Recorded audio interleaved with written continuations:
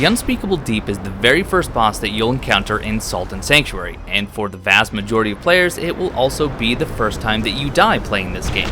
Keep in mind that this boss can only be attempted once per character. In other words, if you die to this boss, you would have to start a brand new character in order to fight him again. Even in New Game Plus, your character is immediately deposited onto the Shivering Shores, which means you don't get a chance even then. This boss has 1000 HP, and for most characters it's going to prove quite the test of time in order to take him out. Also, you're going to have to play just about flawlessly in order to kill him with any of the characters. I highly recommend removing all of your armor because lighter is absolutely better in this fight. You can use a shield, but his attacks drain so much of your stamina that you will not be able to block more than a single hit, and it'll leave you very little stamina with which to actually attack him back. So remove your armor, that way you have the fastest and the farthest rolling that you have possible, and you can actually dodge his attacks relatively easily. Speaking of attacks, he technically has 4 attacks, but really only 2 different types.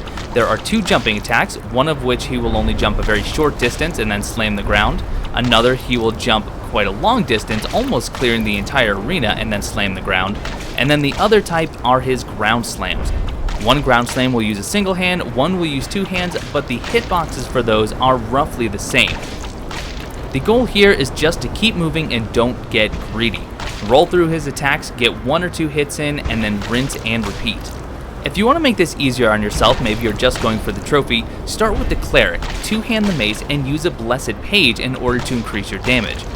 The damage from that weapon and blessing is significantly more than any of the other weapons, including this whip I decided to use for this playthrough.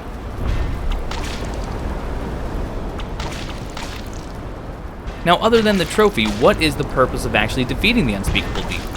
Well, defeating this boss will actually give you a huge head start in the early game.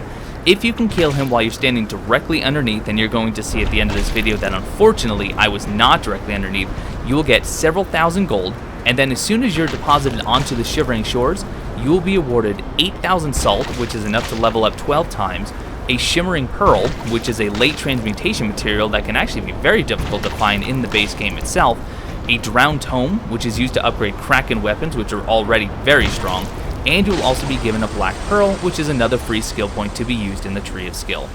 So if you're looking for a head start early on, kill the Unspeakable Deep, and you'll be greatly rewarded. Thank you guys so much for watching. I hope this helped, and I'll see you next time.